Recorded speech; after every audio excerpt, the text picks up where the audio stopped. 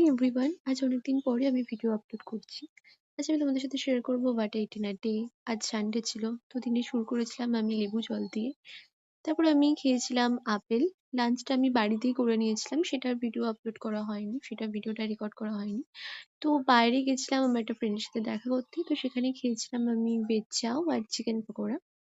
তো ভেজ চাউয়ের টেস্টটা ঠিকঠাক ছিল, খুব একটা ভালো ছিল না। আমি আরেকটু ভালো হবে আশা করেছিলাম।